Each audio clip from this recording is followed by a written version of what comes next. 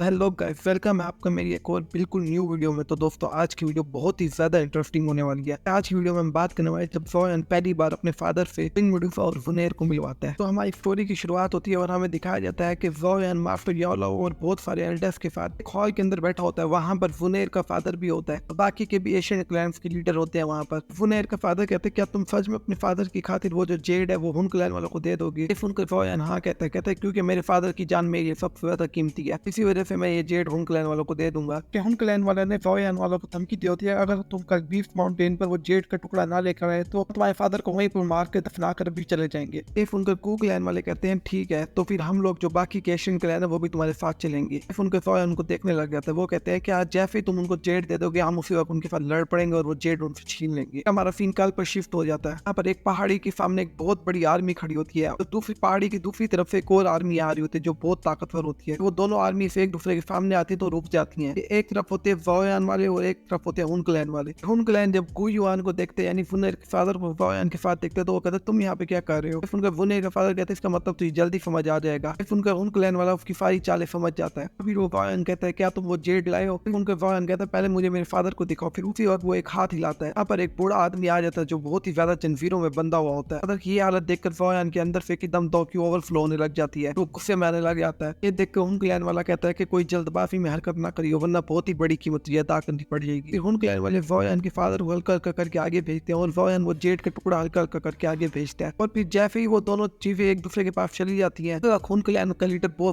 लग जाता है और कहता है कि आखिरकार मेरे पास सारे जेड्स के टुकड़े आ गए हैं। फिर गु युआन अपने आदमी को कहता है जल्दी करो, उन पे अटैक करो। फिर गु युआन और बाकी 3 फैक्ट के जो होते हैं ना एल्डर्स, वो भी साथ मिलकर अटैक करने लग जाते हैं। देखकर ज़ोयन भी अपनी आर्मी को ऑर्डर दे देता है, आई मेंशन अलायंस को तुम भी जाकर बीच में अटैक करो। वो सारे मिलकर अटैक करने लग जाते हैं। फिर देखकर हुन क्लैन वाले लड़ने लग जाते हैं। लेकिन अब स्काई मेंशन अलायंस वाले आज जंग के बीच में नहीं आए हो, तो फिर अब गु क्लैन वाले और जो उनके साथ 3 एशियन क्लैन और है, बाकी के जो 3 एशियन क्लैन उनको हुन क्लैन ने तबाह कर दिया। वो ही सिर्फ आपस में लड़ रहे होते हैं। लेकिन जो गु युआन वाले होते हैं वो बहुत बुरी तरह हार होते हैं हुन क्लैन वालों से। फिर हुन क्लैन वाले अपने 3 एल्डर्स को बुला लेते हैं जो कई साल पहले मर चुके थे, लेकिन उन्होंने ना ये जो फॉल करेक्ट करते हैं ना वो इसीलिए तो करते हैं, उन्होंने ना उनकी ना बॉडी को रीइंकार्नेट कर दिया, यानी उनको एक पपी टाइप बॉडी बनाकर दे दी। वो सब 2 शैंक की 8 स्टार पर थे। वो भी गु युआन की आर्मी के ऊपर अटैक कर देते हैं। गु युआन वाले बहुत ही बुरी तरह हारे होते हैं। फिर उन क्लैन का लीडर कहता है आज तेरा किस्सा ही खत्म कर देते हैं, आज तुम 3 बाकी के बच्चे एशियन क्लैनों को भी तबाह कर देते हैं। लेकिन पीछे फिर ज़ोयन की आवाज आती है और वो कहता है कि सबको मार दो। और पीछे जब देखते तो ज़ोयन की आर्मी आई खड़ी होती है। ये देखकर उन क्लैन वालों के नीचे से जमीन खिसक जाती है और गु युआन का तो मुंह खुला खुला ही रह जाता है। इतनी बड़ी आर्मी उसको उम्मीद नहीं थी कि ज़ोयन के पास होगी। तो फिर ज़ोयन की जब आर्मी उनके ऊपर पड़ती है तो उन लोगों को हल्का करके पीछे हटना पड़ता है। उन क्लैन वाले देखते हैं कि अब हम लड़ाई हारने वाले हैं, तो जल्दी से अपनी आर्मी को पीछे हटा लेते और वहां सारे गायब हो जाते हैं और भाग जाते हैं तेजी से। ज़ोयन अपने फादर को उठाता है और एक सेफ जगह पे ले जाता है। वहाँ पे 3 एल्डर्स को कहते हैं मेरे फादर की हिफाजत करो जरा, मैं अभी आ रहा हूँ। देखकर उसके फादर बहुत शौक हो जाता है, कहते हैं ये कि ये डोशियन लेवल के वो ज़ोयन का ऑर्डर क्यों मान रहे हैं? फिर ज़ोयन वहाँ से तेजी से चला जाता है और वहाँ पे जो वो 3 एल्डर होते हैं उनके साथ लड़ने लग जाता है। ज़ोयन उनके साथ व्यापार खपाई करना ही चाहता था, इसलिए वो सीधा अपना एंग्री बुद्धा लोटस बनाता है, उन पे मार देता है। जिस वजह वहाँ बहुत बड़ा ब्लास्ट होता है। ये देखकर उन क्लैन वाले कहते हैं इस लड़के को सबसे पहले मारना पड़ेगा क्योंकि ये बहुत ज्यादा खतरनाक है। तो फिर वॉर पूरी तरह खत्म हो जाती है। उन क्लैन वाले तो भाग जाते हैं और गु क्लैन वाले और बाकी 3 एशियन क्लैन वाले उनका पीछा कर रहे होते हैं कि हम उनको पकड़े, लेकिन वो पूरी तरह दाओकी कॉन्टिनेंट से ही गायब हो जाते हैं, कहीं पे मिल ही नहीं रहे होते। यहाँ तक उनका क्लैन भी गायब हो जाता है, वो वहां पर भी नहीं होते। ज़ोयन के पीछे क्वीन मेडुसा और वुनेर आ जाती है। ये देखकर ज़ोयन उनको कहता है कि तुम दोनों मेरे साथ चलो, और अपने बाकी वॉरियर्स को कहता है तुम जल्दी करो और जंग को बाकी तुम संभाल लो। ये सुनकर वो सारे हाँ में फरी लाते हैं। ज़ोयन उसी पहाड़ी पर उतरता है जहाँ पे उसने अपने फादर को हिफाजत में छोड़ा था। देखकर उसके फादर बहुत ज्यादा खुश होने लग जाता है और ज़ोयन को गले मिलने लग जाते हैं। ज़ोयन कहता है मुझे माफ करना, मुझे आपको ढूंढते हुए बहुत ज्यादा टाइम लग गया। पीछे से वुनेर सामने आती है और कहते हैं कि अंकल आप कैसे हैं? ये सुनकर ज़ोयन के जो फादर होते हैं वो बहुत ज्यादा हैरान हो जाते हैं और ये कहते हैं कि ये क्या वुनेर अब तुम्हारे साथ है? फिर ज़ोयन कहता है कि हाँ, और ये मेरी वाइफ है। ये सोच के ज़ोयन के फादर कहते हैं उस वक्त मैं वाकई में बहुत शिद्दत से चाहता था कि तुम्हारी शादी वुनेर से हो जाए, लेकिन हमारा क्लैन उस वक्त इतना वीक था कि मैं ये बात सोच भी नहीं सकता था। वुनेर कहते हैं कि अब आपको इस चीज की फिक्र करने की जरूरत नहीं है क्योंकि इस कॉन्टिनेंट पे आधे से ज्यादा रूलर तो ज़ोयन ही है। उनका उसके फादर और ज्यादा खुश हो जाते हैं। ज़ोयन के फादर की नजर पीछे खड़ी एक रेड कपड़ों वाली लड़की पर जाती है। ये देखकर ज़ोयन के फादर कहते हैं कि और ये कौन है? ज़ोयन पीछे क्वीन मेडुसा का हाथ पकड़ के उसको सामने ले आता है और कहता है कि ये भी मेरी एक वाइफ है। सुनकर उसका फादर ज़ोयन को उठा दिखाता है। ज़ोयन मुस्कुराने लग जाता है। ज़ोयन कहता है लेकिन इसका असल नाम क्वीन मेडुसा है, शायद आपने इसका नाम पहले भी सुना। सुनकर ज़ोयन के फादर बहुत ज्यादा शौक हो जाता है क्योंकि उन्होंने इसका नाम पहले कई दफा सुना था। फिर ज़ोयन आगे कुछ बोलने लगता है। क्वीन मेडुसा ज़ोयन का हाथ पकड़ लेती है और उसको कहती है कि आगे कुछ ना बताना। ये सुनकर ज़ोयन मुस्कुराने लग जाता है। फिर क्वीन मेडुसा ज़ोयन के फादर को रिस्पेक्ट देते हुए कहती है कि अगर आप फिर मुझे कायद नहीं बुला ले। सुनकर वोयान के फादर मुस्कुराने लग जाते हैं। वोयान कहता है कि आपकी एक पोती भी है। ये सुनकर वोयान के फादर जल्दी से खड़े हो जाते हैं और कहते हैं वो कहाँ? वोयान कहता है कि नहीं, वो यहाँ पर नहीं है, वो मेरे घर है यानी स्काई मेंशन अलायंस के अंदर। वोयान अपने फादर को लेकर जल्दी से स्काई मेंशन अलायंस की तरफ जाने लगता है और क्वीन मेडुसा और वुनार भी वोयान का पीछा करने लग जाते हैं। जैसे ही वोयान स्काई मेंशन अलायंस के दरवाजे पे आता है, जैसे ही वोयान स्काई मेंशन अलायंस के दरवाजे पे पहुंचता है और उसको अचानक से एकदम एक आवाज आने लग जाती है। इसको सुनकर वोयान बहुत ज्यादा खुश हो जाता है और फिर वो आसमान पर देखता है एक छोटी सी लड़की आ रही होती है और वो तेजी से आकर वोयान को साथ गले मिलने लग जाती है। वोयान भी उसे प्यार करने लग जाता है और कहता है कि ये क्या, तुम अभी तक दरवाजे के पास ही खड़ी हो? फिर वो कहती है कि वो फादर का वेट कर रही थी। पीछे से मास्टर यालो भी आ जाते हैं।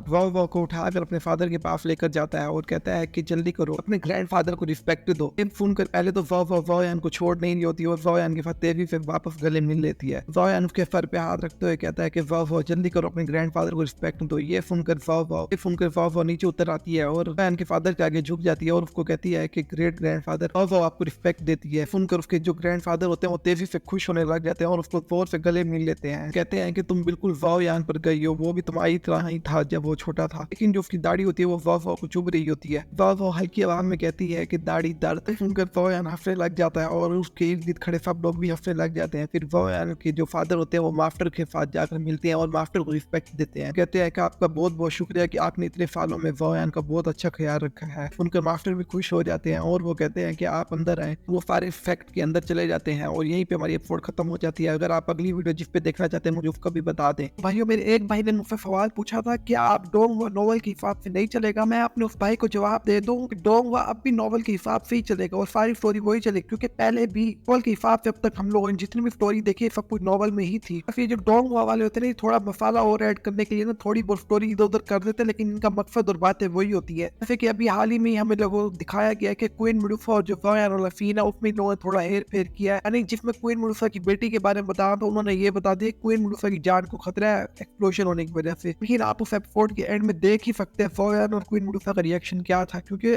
इसमें क्वीन मेडुसा को पता है कि उसके पेट में क्या है और वोयान को पता है ये रफड़ क्या चल रहा है। ये जो डोंगवा वाले हैं ये थोड़ी बहुत इधर उधर घुमा फिरा के बातें बता रहे हैं, तो सारी बात वही है। ये है कि मानवा में ना स्टोरी बहुत ज्यादा अलग होती है, यानी स्टोरी ना के बराबर ही नॉवल से मिलती है। खास तौर पे वोयान और क्वीन मेडुसा का रिश्ता में सिर्फ वुनार को ही मेन वाइफ दिखाया गया, यहाँ तक कि यूनियन को भी कोई खास तवज्जो नहीं दिखाई गई। अब इस बात की फिक्र ना करे, आगे जाके स्टोरी वापस अपनी लाइन पे आ रही, क्योंकि वोयान को पता है कि रफड़ क्या और वोयान सबसे ज्यादा मोहब्बत भी अपनी बेटी वो से ही करेगा। कायदा वो क्वीन मेडुसा से पहली शादी भी क्वीन मेडुसा से ही करता है, इसी वजह से क्योंकि क्वीन मेडुसा ने कई बार उसके क्लैन की बहुत ज्यादा अच्छी तरह मदद की होती है और उसकी बेटी का भी ख्याल रखा होता है। इस वजह से जो क्वीन मेडुसा की जो शादी है वो वोयान के भाई खुद करवाते हैं। अगर आपको कोई और सवाल हो तो मुझे उसका ही बता दें, मैं आपको उसका भी जवाब दे दूंगा। तो उम्मीद है कि आपको यहाँ पे डाउट क्लियर हो गया होगा। जो डोंगवा है वो नॉवल के हिसाब से ही चलेगा, चाहे जो मर्जी हो जाए। जो नॉवल का आर्टिस्ट हो गया ऐसे थोड़ी अपनी स्टोरी में हेर फेर करने देगा इनको। मिलता हूँ आपसे एक बिल्कुल न्यू वीडियो में, तब तक के लिए आप लोग अपना ख्याल रखें।